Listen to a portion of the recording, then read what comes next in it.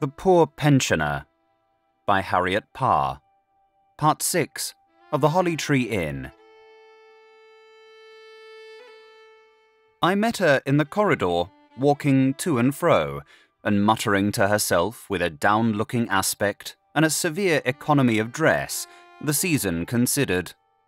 I wondered how she came there, and was, to say the least of it, decidedly startled when she stopped directly opposite me, and, lifting a pair of blank brown eyes to my face, said in a stern voice, "He was not guilty, my Lord Judge. God will right him yet. It will all come out some day. I can wait.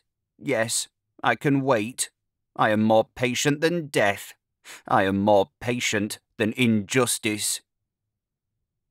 I made a hasty and undignified retreat downstairs when she left the passage free, and, meeting the waiter, inquired who the woman was. The man touched his forehead significantly and said that she was harmless. I was very glad to hear it, and that she lived on the broken victuals, and that his mistress always gave her a dinner on Christmas Day. While we were speaking together, she descended to where we stood, and repeated the exact formula of which she had made use before. She was a tall woman, strong-limbed, and thin to meagreness. She might be 50, or perhaps 55. Her skin was withered and tanned by exposure to all sorts of weather, and her uncovered hair was burnt to a rusty iron grey. The waiter suggested to her to go to the kitchen fire, at which she broke into a scornful laugh and reiterated, "I am more patient than death. I am more patient than injustice," and then walked out at the open door into the snow. "I don't think she feels it, sir," said the waiter, opening my door for me to enter. I do not think she did. I watched her from my window. She took up a handful of the newly fallen snow and thrust it into her bosom, then hugged it close, as if it were a living thing that could be warmed by that eager clasp. I saw also, as she turned her dark face up towards the sky, that the angry scowl left it. I should imagine that all sensation in her was dead, except in one corner of her heart, to which had gathered the memory of some miserable wrong, whose acuteness would bide with her to the day of her death. Her name, as I learnt on further inquiry, was Hester. She had been born and bred in the Yorkshire Dales. Her parents were of the yeoman class, and poor through improvidence rather than misfortune. As a girl, Hester was remarkable for her pride and beauty, of which no more relics remained than are left of the summer rose garden in drear and misty November. She received a scant education, common to her condition half a century ago, and grew up a wild, wilful, tempered girl, impatient of all restraint and eager for change and excitement. At 16, she married, and very shortly afterwards her husband found it expedient to leave the Dales, and to enlist in a regiment which was ordered on foreign service. Hester followed him to India, and led the life of camps for several years. During this interval, her family lost sight of her completely, for, having parted in anger, no correspondence was kept up between them. This silence and separation lasted full 9 years, during which time death dealt hardly with those left at home. Of all the large family of sons and daughters whom the old people had seen grow up to man's and woman's estate, not one survived. Their hearts began to soften towards the offending child, and they made efforts to learn if the regiment to which her husband belonged had returned to England. It had not. One bleak and wintry night, while the solitary and bereaved couple were sitting by their silent hearth, it was a very lonely and retired spot where the house stood, a heavy step came up the little garden path. Neither of them stirred. They thought it was one of the farm servants returning from the village, whither he had been sent on some errand. The curtains had not been closed over the window, and all the room, filled with the shine of a Yuletide fire, was visible to the wayfarer without. The mother sat facing the window, lifting her slow, dull gaze from the white wood ashes on the hearth. She looked across towards it and uttered a low, frightened cry. She saw a dark face peering in at the glass, which wore the traits of her daughter Hester. She thought it was her wraith, and said so to the old man, who, taking a lantern, went out to see if anybody was lurking about. It was a very boisterous night, loud with wind and black with clouds of sleety rain. At the threshold, he stumbled over a dark form which had crouched there for the slight shelter afforded by the porch. He lowered the lantern and threw the light on the face of a woman. "Dame, dame, it is our bairn, it is little Hester." The mother appeared, and with a great gasping cry recognized her daughter. They led her into the house, towards the glowing heat of the fire, and set her down by the hearth, for her limbs would scarcely support her. Hester wore a thin and ragged cloak, beneath the folds of which she had hidden her child from the storm. He had fallen asleep in her bosom, but as her mother removed the dripping garment from her shoulders, he woke up with a laugh of childish surprise and pleasure. He was a fine, well-grown boy, of from 6 to 7 years old, and showed none of those signs of want and suffering which had graven premature age upon the wasted features and gaunt frame of his mother. It was some time before Hester recovered from her frozen exhaustion, and then her first and eager demand was for food for the child. "Oh, heaven pity me!" cried the old woman, who was weeping over the pair. "Hester and her lad starving, while there was to spare at home."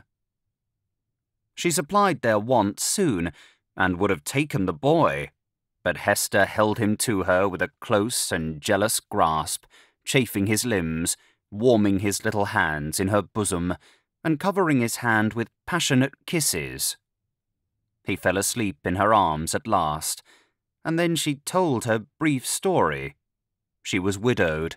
Her husband had died in India from wound fever, and she had been sent home to England. On her arrival there, she found herself destitute, and had traversed the country on foot, subsisting by the casual charity of strangers. Thus much, she said, and no more. She indulged in no details of her own exquisite sufferings. Perhaps they were forgotten when she ended by saying, "Thank the Lord, the lad is saved." Hester lived on at the farm with her parents, and as the old man failed more and more daily, she took the vigorous management of it upon herself, and things throve with them. By degrees her beauty was restored, and then she had repeated offers of marriage, for the inheritance which would be hers at her father's death was by no means despicable. But she kept herself single for the lad's sake. Wilfrid grew strong, handsome, and high-spirited, like his mother indeed, with whom, much as they loved each other, he had many a fierce contention. He never could bear to be thwarted or checked by her, and often Hester, in the bitterness of her unbridled anger, would cry, "Oh, Wilfrid, it would have been better for thee and thy mother if we had died on the doorstone in the snow that night we came home." Still, she had an intense pride in him, and always, after their quarrels, she allowed his extravagance to have freer scope, though that was what usually led to their disputes. As might have been expected, Wilfrid, under such uncertain training, became reckless, wild, and domineering, though he preserved a certain rough generosity and frankness of character which redeemed his faults, and made him a favourite with the country folks, and a sort of king amongst his companions, whose superior in all rustic sports he was. His grandfather died when he was 19, his grandmother 18 months later. Then Hester was sole mistress of the little farm. Wilfrid soon began to urge his mother to sell the property and leave the Dales, whose uneventful quiet fretted his restless disposition. This she absolutely refused to do, and was on one occasion so deeply irritated at his persistence as to say, "I would sell the Ings to save your life, Wilfrid, but for nothing less." There was at this time living on a neighbouring farm an old man of the name of Price, who had a granddaughter to keep his house. She was called Nelly, and besides being a small heiress, was a beauty, and something of a coquette. Nelly had a short, plump little figure, a complexion as soft and clear as a blush rose, and auburn hair. Wilfrid fell in love. He was a tall, hardy, self-willed and proud young fellow, but in Nelly's hands he was plastic as wax and weak as water. She encouraged him, teased him, caressed him, mocked him, set him beside himself. She played off all her little witcheries and fascinations upon him, looked sweetly unconscious of their mischievous influence, and when Wilfrid stormed and raved, she laughed in his face. He wanted to marry her immediately. She had played with him long enough, he thought, and one evening, when she had been soft and coy rather than teasing, he put his fortune to the proof. She told him flatly she did not like him, wherein Nelly told anything but the truth, as perhaps better women have done under like circumstance. Wilfrid took her reply in earnest, and went away in a rage, mad, jealous, and burning with passionate disappointment. Hester hated Nelly, and gave her not a few hard words, for in her camp life the mother had culled some epithets more expressive than polite, which she used with vigorous truth when her wrath was excited. She kept her son's wound raw and sore by frequent scornful allusions to his Nelly graceless, and did her best to widen the breach between them with ample success. Wilfrid stayed away from the Prices for 10 whole days. This desertion did not suit the golden-headed but tinsel-hearted little coquette. She contrived to meet him in a shady wood walk, where they had often loitered together. He was out with his dog and gun, very ill at ease in mind, for his handsome face looked sullen and dangerous, and he would not see her as she passed by. Mortified and angry, Nelly went home and cried herself ill. Wilfrid heard she had caught a fever and must needs go to ask. She met him at the garden gate with a smile and a blush, whereat Wilfrid was so glad that he forgot to reproach her. There was, in consequence, a complete reconciliation, ratified by kisses and promises. Light coin with beauty, Nell, but real heart gold with poor, infatuated Wilfrid. Hester almost despised her son when she heard of it. "She is only fooling thee, lad," she said indignantly. "Come a richer suitor to the door, she'll throw thee over. She is only a light, false-hearted lass, not worth a whistle of thine." Therein Hester spake truth. Nelly played with her lover as a cat plays with a mouse. Wilfrid urged their marriage. She would one day, and the next day she would not. Then arose other difficulties. Hester did not want an interloper by her fireside, and would not give up the farm to her son. In fact, she was so jealous of his affection that the thought of his marriage was hateful to her. Old Price said the young folks might settle with him, if they would, but Nelly liked the house at the Ings better, and thought Wilfrid ought to take her there. When he explained that the property was his mother's for her life, she immediately accused him of not loving her, and assumed a decided coldness and repulsiveness of manner. Wilfrid, both hurt and angry, tried to give her up, but his bonds were not so easily escaped. If he had stayed away from her 2 days, on the third he was sure to be at her side, either winning her with tender words or approaching her with bitter ones. Nelly must have found the game a pleasant one, for she kept it up a long time, undergoing herself as many changes of hue and form as a bubble blown up into the sunshine. Frequently, during his lengthy visits at the glebe farm, Wilfrid had encountered a man, Joseph Rigby by name, a Dale's yeoman, and one of considerable wealth, but no education. This man was one of the last in the world to excite jealousy, but presently Wilfrid was compelled to see that Nelly gave the coarse-mannered, middle-aged Rigby more of her attentions than consorted with her position as his promised wife. He charged her with the fact. At first she denied it with blushes and tears and loud protestations, but at last confessed that Rigby had proposed to her. She did not dare to add that she had half accepted him. They parted in mutual displeasure, and old Price said, as they agreed so badly, they had better break off the match, and Nelly should marry Joseph Rigby, who was well-to-do, and would know how to keep his wife in order. Wilfrid went near her no more.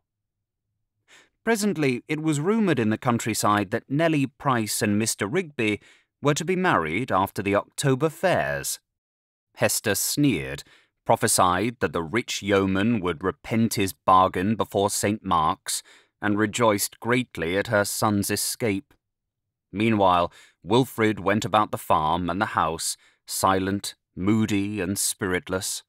He was quite changed, and, as his mother thought, for the better. Instead of associating with his former companions, he stayed much at home, and again renewed his entreaties that his mother would sell the Ings and leave the Dales altogether. He wanted to emigrate. He did not care where they went, so that they got away from that hateful place. Hester was as reluctant as ever to comply, but she modified her refusal. They would try a year longer. If he was still in the same mind at the end of that period, well, perhaps she would yield to his urgent wishes.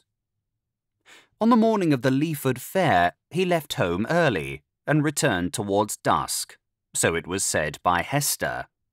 No other person saw him until noon next day. Joseph Rigby was found murdered and thrown into a gully by the Leaford road that night.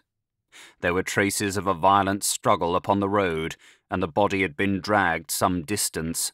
It had been rifled of money and watch, but a broad engraved ring which Rigby wore on the fourth finger of his left hand was not removed.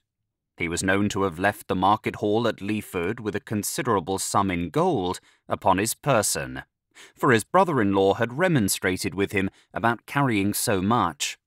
But the doomed man made light of his warnings. The whole countryside was up, for the murder was a barbarous one. Suspicion fell at once on Hester's son. His behaviour at Leaford had attracted observation. He had been seen to use angry gestures to Rigby, who had laughed at him, and had offered the young man his hand, as if wishing to be friends. The other had rejected it, and turned away, shaking his clenched fist. He had also been seen to mount his horse at the inn door, and ride off in the afternoon. Rigby started about an hour later, and alone. He was seen no more until his body was found in the ditch by some men going to their work in the morning. When Wilfrid was taken, he and his mother were sitting by the fireside together, she sewing, he reading. It was towards twilight, and he had not been over the threshold all day. He was very downcast and gloomy, irritable when spoken to, and short in his answers. His mother said to him that he was very strange, and added that she wished he would give over hankering after Nelly Graceless. He laughed painfully, and did not lift his eyes from his book. There was a loud knock at the door. Hester rose and opened it. 3 men pushed their way into the house, the foremost asking if her son was at home. "Yes, he is in there by the fire. What do you want with him?" "You must come with us, Mr. Wilfrid. Nay, it's no use showing fight," cried a burly, muscular fellow, laying his hand heavily on his shoulder. For Wilfrid had turned deadly pale, and had attempted to shake off the man's grasp. "What is it for?" asked Hester, with her eyes on her son. "God knows. I don't," said he quietly. Mr. Rigby was robbed and murdered last night as he came home from Leaford Fair, and suspicion points at your lad, mistress," said the man, who still held his hand on Wilfrid's shoulder. Hester gave utterance to no frantic denials. She laughed even. "Why, he was at home by this hour yesterday in this very room, at his tea, wasn't he, Jessie?" said she, turning to the maidservant, who, with a countenance of alarm, stood by the door. The girl said, "Yes," then hesitated, and added that she didn't see young master when she brought in tea. "I was upstairs," said Wilfrid. "You had better keep all that for another time and place. You must go with us now," observed the man. Wilfrid made no resistance. His mother brought him his coat and helped him to put it on. "Say thou didn't do it, Willie. Only say so," whispered she fiercely. "I didn't, mother. So help me God," was his fervent reply. "You hear him?" cried Hester, turning to the men. "You hear him? He never lied in his days. He might have killed Rigby in a fair fight or in hot blood, but he is not the lad to lie in wait at night, to murder his enemy and rob him. He is not a thief, this son of mine." The officers urged their departure. Wilfrid was placed in the vehicle which had been brought for the purpose and driven off. "I'll follow thee, Willie," cried his mother. "Keep up thy heart.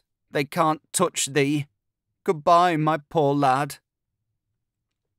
They were out of hearing, and Hester turned back into the house, cursing Nelly Graceless in her heart. Wilfrid was committed to take his trial at the Winter Jail Delivery on a charge of wilful murder. The evidence against him was overwhelming. Hester sold the Ings and collected all the money she could, that, if gold would buy his redemption, it might be done.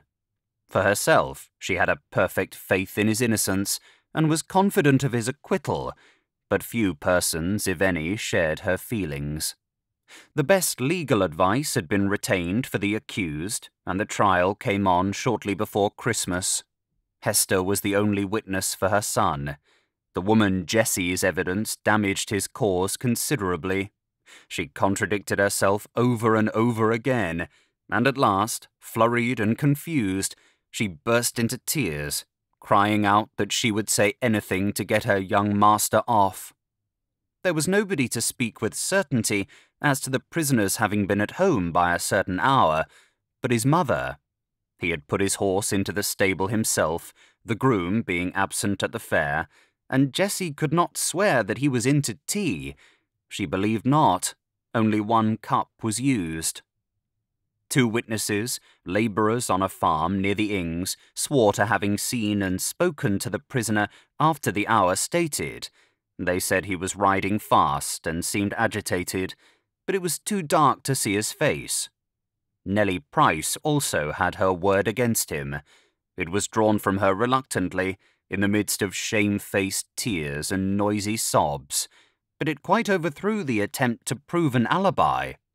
She stated that she had watched until dark in the garden for Wilfrid's return from Leaford, and had not seen him go by. The prisoner never looked towards her, but murmured that he had gone home by the Bridle Road and Low Lane to avoid passing the Glebe farm. The former witnesses, on being recalled, said that it was on the highway nearly a mile from the place where the lower road branched off, and nearer to the Ings, that they encountered the accused. These 2 decent men, being strictly cross-examined, never swerved from their first story an iota, and agreed in every particular. They were individuals of decent character. Both had worked on the prisoner's farm, and acknowledged him to be a liberal and kind master. Their evidence was not to be shaken. As a final and damning proof of guilt, the watch of which the murdered man had been robbed was produced. It had been found concealed under the thatch of an outhouse at the Ings. At this point of the evidence, the prisoner was observed to draw himself up and look round defiantly. Despair gave him a fictitious strength, perhaps, Or was it conscious innocence? Wilfrid spoke in his own defence, briefly but strongly. His life, he said, was sworn away, but he was as guiltless of the crime laid to his charge as any of those gentlemen who sat in judgment upon him. His mother, who had remained in court all the time and had never spoken except when called upon for her evidence, had preserved a stoical calmness throughout. When he ceased to speak, however, she cried out in a quivering voice, "My lad, thy mother believes thee." Some friend would have led her out, but she refused to go. The jury gave their verdict of guilty without any recommendation to mercy, and the sentence of death was pronounced. Then it was that Hester rose on her feet and faltered that formula of words in which she had startled me in the corridor. "He is not guilty, my Lord Judge. God will right him yet. It will all come out some day. I can wait. Yes, I can wait. I am more patient than death. I am more patient than injustice." Wilfrid died, stubborn and unconfessing. On the scaffold, with his last breath, he persisted in asserting his innocence. His mother bade him farewell, and was carried to this inn, where she had stayed, raving in a frenzy fit. For many months she was subject to restraint, but recovering in some measure, she was at length set at liberty. Her mind was still distraught, however. She wandered back to the Dales and to her old home, but the new owner had taken possession, and after enduring her intrusions for some time, he was compelled to apply for her removal. After this, her money being lost or exhausted, she strayed about the country in a purposeless way, begging or doing day's work in the field, until she strayed here again, and became the pensioner of the Holly Tree. The poor, demented creature is always treated kindly, but her son's sentence has not yet been reversed in men's judgment. Every morning during the time the judges are in the neighbouring assize town, she waits in one of the streets through which they must pass to reach the court, and as the gilt coach, the noisy trumpets, and the decrepit halberdiers go by, she scowls at them from beneath her shaggy brows, and mutters her formula of defiance. She will die saying it, comforting her poor, worn, wounded heart with its smarting balm. Will she find, when she comes before the tribunal of eternal decrees, that she has leaned thus long upon a broken reed, or will she find her son there, free from the guilt of blood? The great judge only knows. Thank you for listening to The Poor Pensioner by Harriet Parr, Part 6 of The Holly Tree Inn. If you have enjoyed this audiobook, please consider subscribing and leaving a like to help in the making of future audiobooks. Or for exclusive bonus audiobooks and to see your name at the end of videos, please consider becoming a channel member by clicking the join button on screen.